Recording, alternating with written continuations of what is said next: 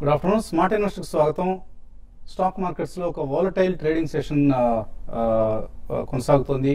ఉదయం నుంచి కూడా మోస్ట్లీ నెగిటివ్ బయాస్తో మార్కెట్స్ ట్రేడ్ అవుతున్నాయి. ప్రస్తుతం కూడా ఎన్ఎస్సీ నిఫ్టీ 7384 52 పాయింట్ల నష్టంతో ట్రేడ్ అవుతుంది. ఆల్మోస్ట్ డేస్ లో లెవెల్ను తిరిగి టచ్ చేస్తుంది. సో మార్కెట్ ఇవాళ ఒడిదుడుకులు చాలా హెచ్చుగా ఉన్నాయి. మోస్ట్ ఆఫ్ ది ఇండెక్స్ స్టాక్స్లో మనం నష్టాలు చూస్తున్నాం. నిఫ్టీ స్టాక్స్లో చూస్తే Cairn India top loser with 5% loss అర్థం చేసుకోవచ్చు. Crude prices almost 13 year lows దగ్గర ఉన్న సమయంలో 2003 లెవెల్స్ దగ్గర ఉన్న సమయంలో మార్కెట్స్ నష్టాల్లో ఉండడం, especially oil stocks, Cain India లాంటి స్టాక్స్ టాప్ లూజర్గా ఉండడం ఎటువంటి ఆశ్చర్యం లేదు. తర్వాతి స్థానంలో ఉంది బీపీసీఎల్ 3.2% నష్టపోయింది. బజాజ్ ఆటో 3.1%, ఓఎన్జీసీ, ఐడియా ఇవన్నీ కూడా నష్టాల్లో ఉన్న స్టాక్స్. లాభాల్లో ఉన్న నిఫ్టీ స్టాక్స్ చూస్తే బీహెచ్ఎల్ 4.7% పెరిగింది. అలాగే bank of Baroda, Tata steel, axis bank, GAIL ఇవి కొంత లాభాల్లో ఉన్నాయి. మిడ్ క్యాప్స్ లో నష్టాలు ఇవాళ కూడా కొనసాగుతున్నాయి. ఇవాళ మరింతగా ముదిరాయని చెప్పుకోవచ్చు మిడ్ క్యాప్ స్టాక్స్ లో. అండ్ ఇండెక్స్ స్టాక్స్, మరొకసారి ఇండెక్స్ స్టాక్స్ చూస్తే మనం ACC, SBI, ICICI, ONGC, idea cellular ఇటువంటి స్టాక్స్ అన్ని కూడా 52 వీక్ లోస్ దగ్గర కొనసాగుతున్నాయి. అలాగే ఇండెక్స్ ప్రధానంగా కిందకి లాగుతున్న స్టాక్స్ లో రిలయన్స్, హెచ్డిఎఫ్సి, ఎల్ఎన్టీ లాంటి స్టాక్స్ ఉన్నాయి. సో డేస్ లో నుంచి రికవర్ అవుతున్నాయి అనుకునే సమయంలో మళ్ళీ సెల్లింగ్ ప్రెషర్ చూస్తున్నాం. అలాగే బజాజ్ ఆటో 3% నష్టపోయింది. నైజీరియా కరెన్సీ నైరా ఏదైతే ఉందో దీన్ని డివాల్యూ చేస్తారన్న భయాందోళనతో బజాజ్ ఆటోలో సెల్లింగ్ చాలా ఉధృతంగా ఉంది. ఎందుకంటే నైజీరియన్ మార్కెట్ బజాజ్ ఆటోకి సంబంధించి biggest export market. So Bajaj auto export చేసే బైక్స్ లో 30% నైజీరియాకి వెళ్తూ ఉంటాయి. అందువలన అలాగే భారతీయ ఎయిర్టెల్ కూడా నైజీరియాలో ఆపరేషన్స్ ఉన్నాయి.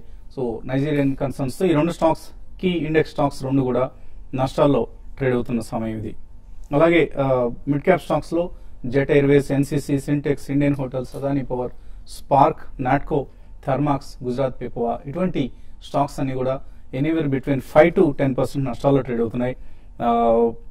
Mid cap pharma stocks like Wockhardt సంబంధించి యుఎస్ఎఫ్డిఏ ఇష్యూస్ మళ్లీ చుట్టుముట్టే ఈ సంస్థను.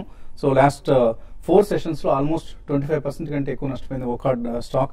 అలాగే మోర్పెన్ ల్యాబ్స్ కావచ్చు, మార్క్సన్స్ ఫార్మా కావచ్చు, లింకన్ ఫార్మా, టాంజానియా ప్రభుత్వం, టాంజానియాలో ఉన్న రెగ్యులేటర్ లింకన్ ఫార్మా రిజిస్ట్రేషన్ రద్దు చేసిందన్న వార్తలతో ఇవాళ ఆల్మోస్ట్ లోవర్ సర్క్యూట్ దగ్గర ఉంది Lincoln pharma shares. So all in all ఒక 197 స్టాక్స్ 52 వీక్ లోస్ టచ్ చేసిన సమయం ఇది. అండ్ 1:8 అడ్వాన్స్ డిక్లైన్స్ రేషియో చూస్తే మనకు ఇటు బీఎస్సీ చూసినా ఎన్ఎస్సీ చూసినా కూడా ఆల్మోస్ట్ 1:5 నిష్పత్తిలో, 1:8 నిష్పత్తిలో ఉంది అడ్వాన్స్ డిక్లైన్స్ రేషియో. దీన్ని బట్టి అర్థం చేసుకోవచ్చు ఎటువంటి పానిక్ మార్కెట్స్ లో ఉంది అన్న అంశాన్ని. ఇండెక్స్ పరంగా మనకు అంతగా నష్టాలు కనిపించలేదు. 40-50 పాయింట్ల నిఫ్టీ నష్టం కనిపిస్తోంది. 7400 లెవెల్ ను నిలబెట్టుకునే ప్రయత్నం చేస్తోంది. బట్ ప్రధానంగా గ్లోబల్ క్యూస్ మార్కెట్స్ ను నెగిటివ్ గా ప్రభావితం చేస్తున్న అంశాలు క్రూడ్ ప్రైసెస్ లోవర్ లెవెల్స్ దగ్గర ఉండడం కావచ్చు, కరెన్సీస్ మధ్య నెలకొన్న పోటీ వాతావరణం కావచ్చు, ఇతర కరెన్సీ సంక్షోభాలు, ఆసియా దేశాల కరెన్సీకి ప్రత్యేకించి చైనా డివాల్యుయేషన్ తో ఇతర ఆసియా దేశాలు కూడా కరెన్సీలను డివాల్యూ చేస్తాయన్న వార్తలతో ఇటు రూపీ కూడా ఇవాళ వీక్ గా ట్రేడ్ అవుతుంది. సో ఆల్ ఇన్ ఆల్ ఒక నష్టాలతో కూడిన ట్రేడింగ్ సెషన్ మనం చూస్తున్నాం. ఈ పరిస్థితి సంబంధించి అనలిస్ట్ ఏమంటున్నారో అడిగి తెలుసుకుందాం. సో మరొక నష్టాలమయంగా ఉన్న ట్రేడింగ్ సెషన్ చూస్తున్నాం. సో ఈ నష్టాలు ఇంకా ముదిరే అవకాశాలు కనిపిస్తున్నాయి.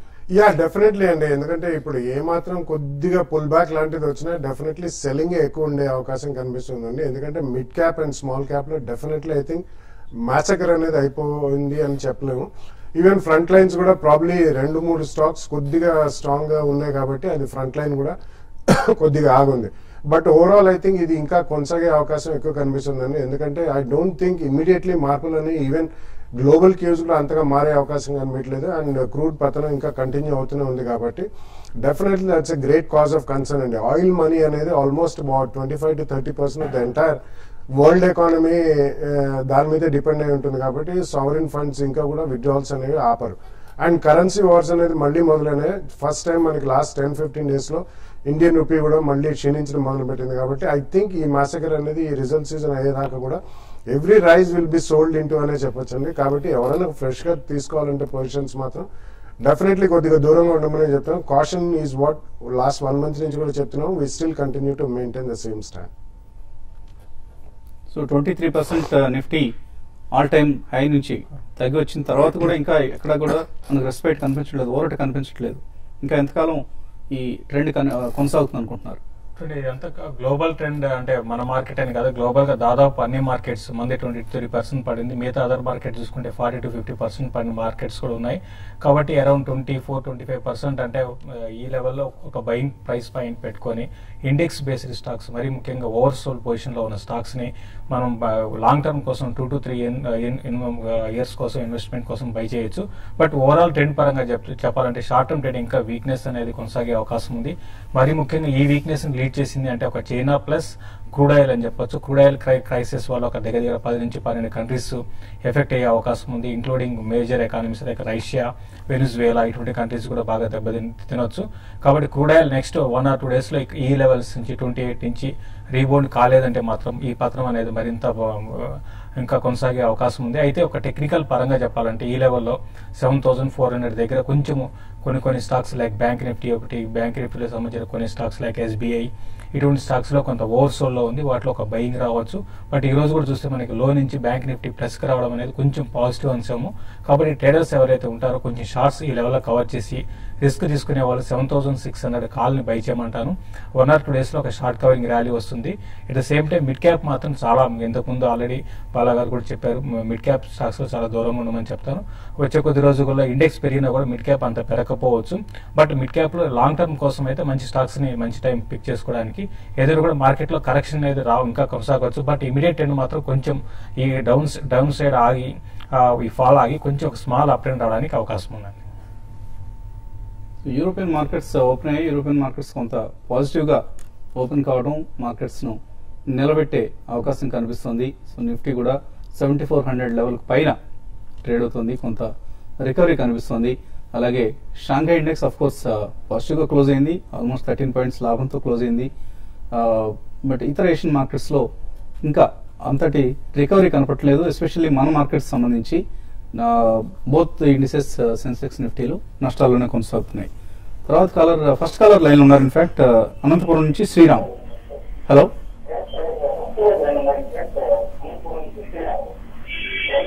హలో, అడగండి శ్రీరామ్. గుడ్ ఆఫ్టర్నూన్ సార్, నేను మార్సన్ ఫార్మా చేస్తున్నాను. మార్సన్స్ ఫార్మా కొన్నారు, ఏ రేట్ లో కొన్నారు? 440 లో కొన్నాను. ఇది ఎంచుకుంటే ఇంకా ఏమైనా డౌన్ ట్రెండ్ ఏమైనా? All mid cap pharma stocks లో చాలా సెల్లింగ్ ప్రెషర్ మనం చూస్తున్నాం అండి, ఎస్పెషల్లీ మార్క్సన్స్ లాంటి బాగా పెరిగిన స్టాక్స్ లో. సో హోల్డ్ చేయొచ్చు ఆయన మార్క్సన్స్ ఫార్మా, ఇక్కడ అమ్మేసుకుని బయటపడటం మంచిదా? అంటే ఇప్పుడు లాస్ట్ 2-3 days లో అందులో రెగ్యులేటర్ పరంగా మనకి MHRA UK రెగ్యులేటర్ అనేది వాళ్ళ మీద ఆంక్షలు పెట్టారండి. కాబట్టి ఇది ఇప్పుడే ఆగేది. మీరు ఒకవేళ లోలో కొనండి అంటే ప్రైస్ చెప్పలేకపోయారు. ఇన్ మై ఒపీనియన్ ఒకవేళ ప్రాఫిట్ లో ఉంటే బై ఛాన్స్ ఏమన్నా డెఫినెట్లీ ప్రాఫిట్ బుక్ చేయమని చెప్పండి. 440 అవంతి ఫీడ్ అన్నారండి. మార్సన్స్ ఈజ్ అబౌట్ 60-70 రూపీస్ లో ఉంది, 75. కాబట్టి మీరు కొద్దిగా ఏదైనా బౌన్స్ బ్యాక్ వస్తే మాత్రం తప్పకుండా ఒకసారి ఇందులోంచి బయటికి రావాలండి. ఎందుకంటే ఇవన్నీ కూడా స్మాల్ క్యాప్ కంపెనీలు, ఏదైనా ఒక రెగ్యులేటర్ పరంగా ఇష్యూస్ వస్తే మాత్రం సెటిల్ చేయడానికి కొద్దిగా టైం పడుతుంది. సో బౌన్స్ బ్యాక్ లో మాత్రం ఒకసారి బయటికి రండి, మీకు తర్వాత వేరే ఇది కాకపోయినా వేరేవైనా మంచి ఫ్రంట్ లైన్ స్టాక్స్ దొరికే అవకాశం ఎక్కువ కనిపిస్తుంది. తర్వాత కాలర్ రాజమండ్రి నుంచి ప్రసాద్. హలో, నమస్తే సార్. నమస్తే అండి, అడగండి. బాలగారు నమస్తే అండి. నమస్కారం అండి, చెప్పండి. జనవరి 1st కి ఇచ్చిన రికమెండేషన్ తీసుకున్నానండి, అవి కొంచెం లాస్ లో ఉన్నాను, ఎవరేజ్ చేసుకోవచ్చండి? యావరేజ్ మాత్రం చేయొద్దండి, definitely this is not the time. ఎందుకంటే ఓవరాల్ మార్కెట్ మందే కాకుండా ప్రపంచవ్యాప్తంగా కూడా అన్ని మార్కెట్లు పడుతున్నాయి, మంది కూడా ఇప్పుడు అప్పట్లో ఈ ఫాల్ అనేది ఆగే అవకాశం కనిపించలేదు. సో అడిషనల్ గా యావరేజ్ చేయాలంటే మీరు February 2nd week అయిన తర్వాత మొత్తం రిజల్ట్ సీజన్ వచ్చి మార్కెట్ ఒక 5-10 days స్టేబుల్ గా ఉన్నప్పుడు అప్పుడు యావరేజ్ చేయొచ్చండి. ఇమీడియట్లీ మాత్రం యావరేజ్ చేయొద్దనే చెప్తాను. ఓకే అండి, మరిన్ని కాల్స్ అలాగే మెయిల్స్ చూడబోయే ముందు కాసేపు విరామం.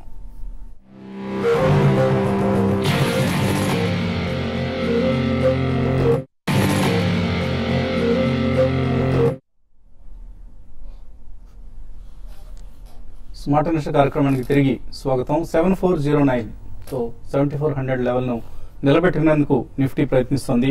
తర్వాత కాలర్ లైన్ ఉన్నారు శ్రీనివాస్. హలో,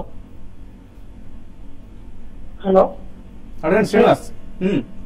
సార్ అది లింకన్ ఫార్మ్ అనేది టాంజానియాలోని ఇది ఎఫెక్ట్ పడింది కదా సార్. సో అది ఇంకా ఇంత ఇంకా డౌన్ అయ్యే అవకాశం ఉంది సార్, లేదంటే అట్లా యావరేజ్ తీసుకున్నారా లేదంటే బయటపడమంటారా ఏంటి అని నాకు అర్థం కాదు సార్. మీరు ఎక్కడ ఏ రేట్లో కొన్నారు? 250 సార్. 250లో కొన్నారు లింకన్ ఫార్మా. టాంజానియా అది ఆ ఎఫెక్ట్ కొంచెం ఉండొచ్చు అండి, పెద్దగా మేజర్ గా అయితే ఉండకపోవచ్చు. ఎందుకంటే డొమెస్టిక్ గ్రోత్ కూడా చాలా స్ట్రాంగ్ ఉన్న కంపెనీ అండి.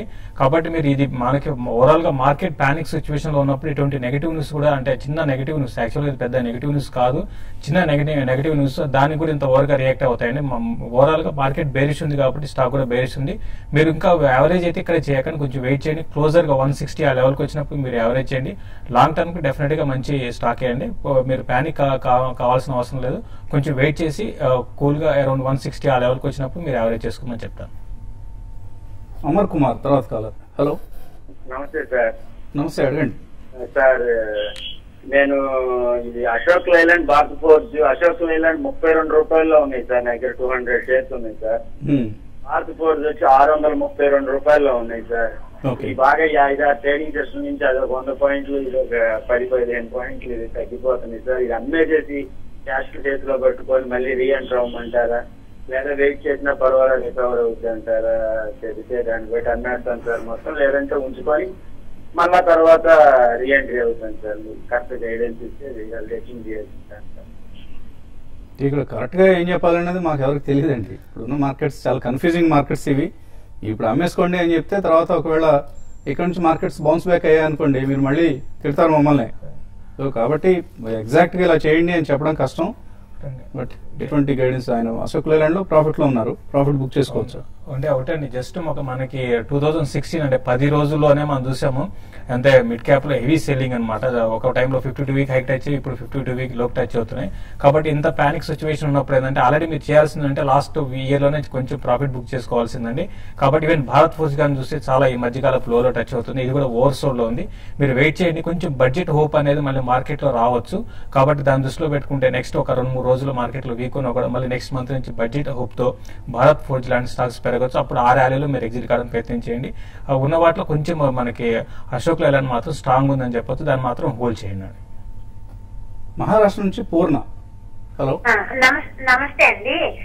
నేను ఐసిఐసిఐ బ్యాంకు 300 లో తీసుకున్నాను, దివి స్లాబ్ 1070 లో తీసుకున్నాను. ఇంకా ఇప్పుడు దివి స్లాబ్ తీసుకోవాలనుకుంటున్నాను. దివి స్లాబ్ ఏ రేట్ లో బై చేయవచ్చు, ఐసిఐసిఐ బ్యాంక్ ఏ రేట్ లో నేను యావరేజ్ చేసుకోవచ్చు, కొంచెం శేషుగా అంటాను. ఐసిఐసిఐ బ్యాంక్ విషయానికి వస్తే కంటిన్యూగా మనం చూస్తున్నాం అంటే 300 లెవెల్స్ నుంచి నాన్ స్టాప్ గా వన్ సైడ్ డౌన్ ట్రెండ్ చూసాము. క్లోజర్ గా 220 ఆ లెవెల్కి వచ్చినప్పుడు కొంచెం ఆగొచ్చు అండి. ఈ స్టాక్ ఆల్రెడీ ప్రస్తుతం కూడా అదే లెవెల్లో ఉంది. ప్లస్ మనకి ఇంతకుముందు యాక్సిస్ బ్యాంక్ రిజల్ట్ కూడా పరంగా చెప్పాలంటే ఓకే చెప్పొచ్చు, ఓకే అనుకోవచ్చు. కాబట్టి ఈవెన్ ఐసిఐసిఐ బ్యాంక్ రిజల్ట్ కూడా బాగుండే అవకాశం ఉంది కంపేర్ టు అదర్ బ్యాంక్స్. కాబట్టి ఒక బయింగ్ ప్రైస్ పాయింట్ లో కరెంట్ లెవెల్స్ లో మీరు యావరేజ్ చేసుకోమంటాను. డివి ల్యాబ్స్ మాత్రం కొంచెం వెయిట్ చేయండి. డివి ల్యాబ్స్ రీసెంట్ గా కరెక్షన్ చూసి పెద్దగా మిగతా వారితో కంపేర్ చేసుకుంటే అంత మేజర్ కరెక్షన్ అనేది లేదు. కాబట్టి నెక్స్ట్ ఇక్కడ నుంచి ఒక 6 to 8% డివి ల్యాబ్స్ లో కరెక్షన్ వస్తే ఒక బయింగ్ ప్రైస్ పాయింట్ పెట్టుకుని బై చేయమంటాను. ఐసిఐసిఐ బ్యాంక్ మాత్రం కరెంట్ లెవెల్స్ లో మీరు బై చేసుకోవచ్చు. రామకృష్ణ లైన్ ఉన్నారు హైదరాబాద్ నుంచి. హలో, అడగండి రామకృష్ణ. హలో హలో, నమస్కారం అండి. నమస్తే, అడగండి. నేను sir Ramakrishna from Hyderabad. Sir Aditya Birla నువ్వు నండి, అది ఎగ్జిట్ అయిపోయిందా, దాన్ని అమ్మేసేయచ్చా? ఎక్స్ డేట్ కార్పొరేట్ యాక్షన్ ఏదైనా ఉందా ఆదిత్య బిర్లా నువ్వులో?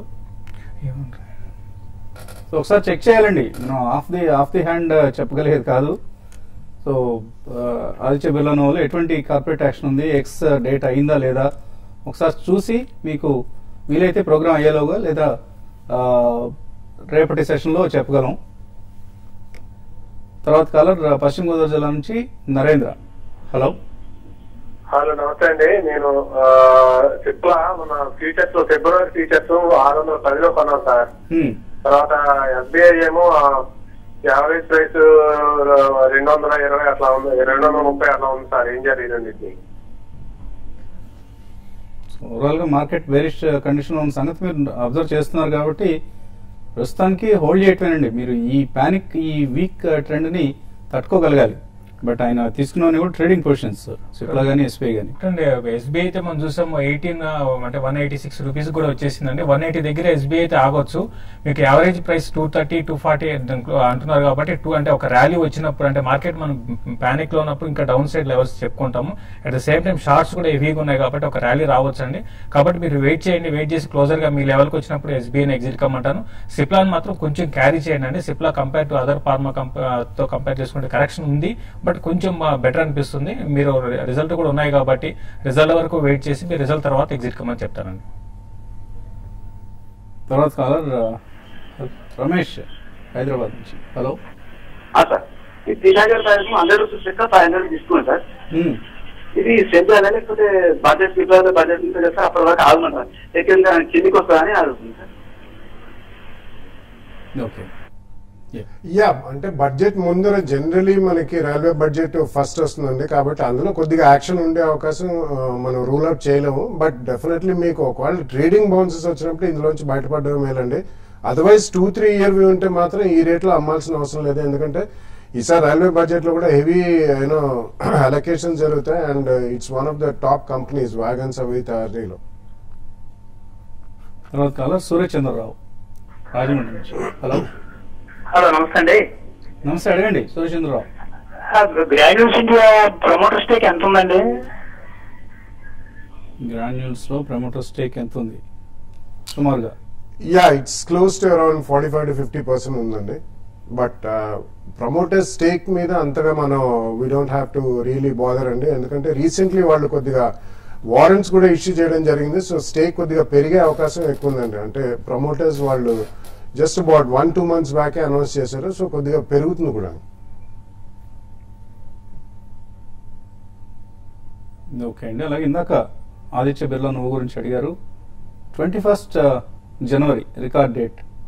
సో ఈలోగా ఎవరైతే 21st జనవరి వరకు ఎవరైతే షేర్ హోల్డర్స్ ఉంటారో వాళ్ళందరూ కూడా ప్యాంట్లూన్స్ ఫ్యాషన్ షేర్లు ప్రతి 100 షేర్లకి 26 షేర్లు ప్యాంట్లూన్ ఫ్యాషన్ రిటైల్ని అలాట్ చేయడం జరుగుతుంది.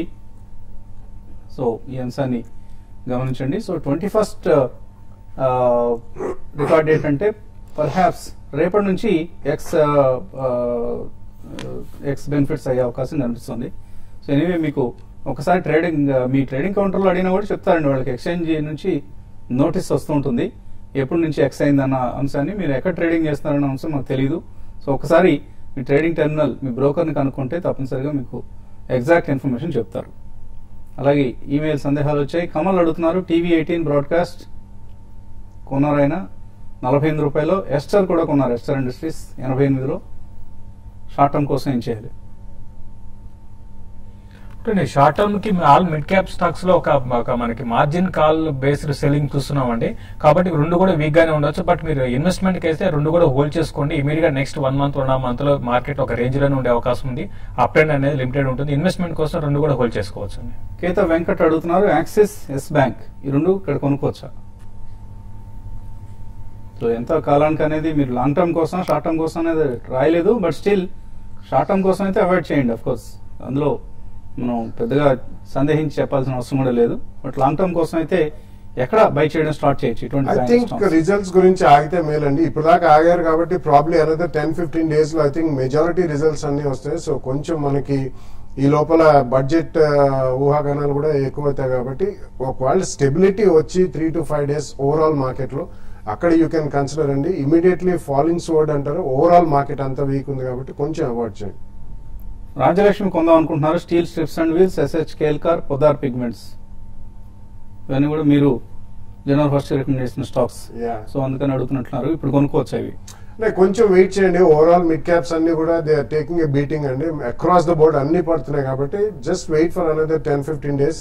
ఈ క్వార్టర్ రిజల్ట్స్ చూసిన తర్వాత వీటి ఏవి రాలేదండి. All are good scripts. So results వచ్చిన తర్వాత you can buy at the first price point. So మీరు ఒక విషయానికి మిమ్మల్ని మీరు అభినందించుకోవాలి. చెప్పిన వెంటనే హడావుడిగా కొనలేదు, కొద్దిగా గ్యాప్ తీసుకున్నారు.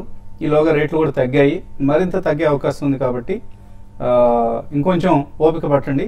తప్పనిసరిగా అన్ని కూడా మంచి కంపెనీలే, రికమెండ్ చేసిన అన్ని కూడా డిక్లైన్స్ లో 2-3 ప్రైస్ పాయింట్స్ లో తీసుకుంటే కొద్దిగా మీకు యావరేజింగ్ థియరీ కూడా వర్కౌట్ అవుతుంది. మనోజ్ అడుగుతున్నారు విజయవాడ నుంచి, డాక్టర్ రెడ్డి స్లాబ్స్ ఈ రేట్లో లాంగ్ టర్మ్ కోసం తీసుకోవచ్చా, వెయిట్ చేయాలా? డాక్టర్ రెడ్డి ఆల్రెడీ మనకి కరెక్షన్ చూసే ముందే మార్కెట్ కన్నా ముందే కరెక్ట్ అయింది కాబట్టి ఈ లెవెల్లో మీరు రెడ్డి ల్యాబ్స్ ని లాంగ్ టర్మ్ కోసం బై చేసుకోవచ్చు అండి. ట్రేడింగ్ పర్పస్ కోసం ఐడియా, ప్రిజమ్ సిమెంట్ కొందాం అనుకుంటున్నారు ఎంవీఆర్ కుమార్, కొనుక్కోవచ్చా? ఐడియాని మీరు కొనుక్కోవచ్చు అండి. ప్రిజమ్ సిమెంట్ మాత్రం ట్రేడింగ్ చేయకూడదండి. ఇప్పుడు రెండు పరిస్థితులు మిడ్ క్యాప్ లో ఒక మేహం ఉన్నప్పుడు మీరు పొజిషన్ తీసుకోకండి. ఐడియా మాత్రం లాస్ట్ వీక్ లో చూసుకుంటే చాలా ఓవర్ సోల్డ్ లో ఉంది, ఇండెక్స్ లో హెవీగా పడిన స్టాక్ అండి. కాబట్టి ఒక బౌన్స్ బ్యాక్ రావచ్చు, దాన్ని బై చేయొచ్చు. శశికాంత్ ఖతార్ నుంచి ఐసిఐసిఐ, యాక్సిస్ బ్యాంక్ 2 సంవత్సరాలు హోల్డ్ చేస్తున్నారు, మరికొన్ని యాడ్ చేసుకోవచ్చా? 20 స్టాక్స్ అన్ని కూడా ఎస్ఐపి చేయడం బెటర్ పద్ధతి అవుతుందండి. ఎందుకంటే ఇక్కడ కొనుక్కోండి అని ఇతమితంగా ఈ రేటు బాగా బాటమ్ అవుట్ అయిందని చెప్పడం ఎవరి వల్ల కాదు. సో ఇంకా కొద్దిగా వెయిట్ చేస్తే తగ్గుతాయన్న ఆశ ఎప్పటికీ ఉంటుంది. బట్ దానికంటే కూడా ఎప్పటికప్పుడు కొద్దిగా షేర్లు కొనుక్కుంటూ ఉంటే both are good banks. Maybe కొద్దిగా ఎన్పిఏ ప్రాబ్లమ్స్ నుంచి, అసెట్ క్వాలిటీ ప్రాబ్లమ్స్ నుంచి వాళ్ళు బయటపడాలి. అన్ని బ్యాంక్స్ ఫేస్ చేస్తున్న కామన్ సిచ్యువేషన్ ఇది. కాబట్టి ఈ ప్రత్యేకించి ఈ 2 బ్యాంకుల్లో నెగిటివ్గా మనం చెప్పడానికి ఏం లేదు. Ramakrishna Somanchi Reliance put option తీసుకున్నారు 980, ఏం చేయాలని? ఇప్పుడు ఉన్న వాటిలో రిలయన్స్ చాలా స్ట్రాంగ్ ఇంకా మార్కెట్ ఈ లెవెల్లో ఉందంటే కూడా రిలయన్స్ అని చెప్పొచ్చు అండి. అయితే అది కూడా ఈ రోజు వీక్ అయింది. మీరు ప్రస్తుతం అయితే హోల్డ్ చేయండి అండి. అయితే మార్కెట్ లో ఒక ర్యాలీ వస్తుంది. నా ఉద్దేశం ప్రకారం రిలయన్స్ 1060 కానీ బ్రేక్ అయితే డౌన్ సైడ్ ఇంకా రావచ్చు. 1060 పైన కానీ సస్టైన్ కాగలిగితే మీరు ఇంకా ఫర్దర్ లెవెల్స్ అంటే 1120 దాకా రావడానికి అవకాశం ఉంది. కాబట్టి 1060ని మీరు క్రూషియల్ లెవెల్ గా చెప్పగలుగుతానండి. మహాలక్ష్మి అడుగుతున్నారు, KPIT 135 రూపాయలకు ఉన్నారు, 1 year నుంచి హోల్డ్ చేస్తున్నారు, ఇప్పుడు అమ్మేసి మళ్ళీ కొనుక్కోవడం బెటరా? నాట్ ఏ గుడ్ ఐడియా అండి. ఎందుకంటే రూపీ క్షీణిస్తుంది కాబట్టి ఈవెన్ ఉన్న వాటిలో ఇది బాగా కరెక్షన్ అయిన స్టాక్ అండి. ఆల్మోస్ట్ అబౌట్ 230-240 నుంచి కూడా పడ్డది. సో ఈ టైంలో మనం అమ్మేసి మళ్ళీ లోలో కొనుక్కోవడం మంచిగా. ప్రాబ్లీ ఇది కొద్దిగా క్షీణించవచ్చు, కానీ ఉన్నవి మాత్రం ఉంచండి. నాగరాజ అడుగుతున్నారు, ఫోర్స్ మోటార్స్ కొనుక్కోవడానికి ఈ టైంలో మంచి సమయం లాంగ్ టర్మ్ కోసం?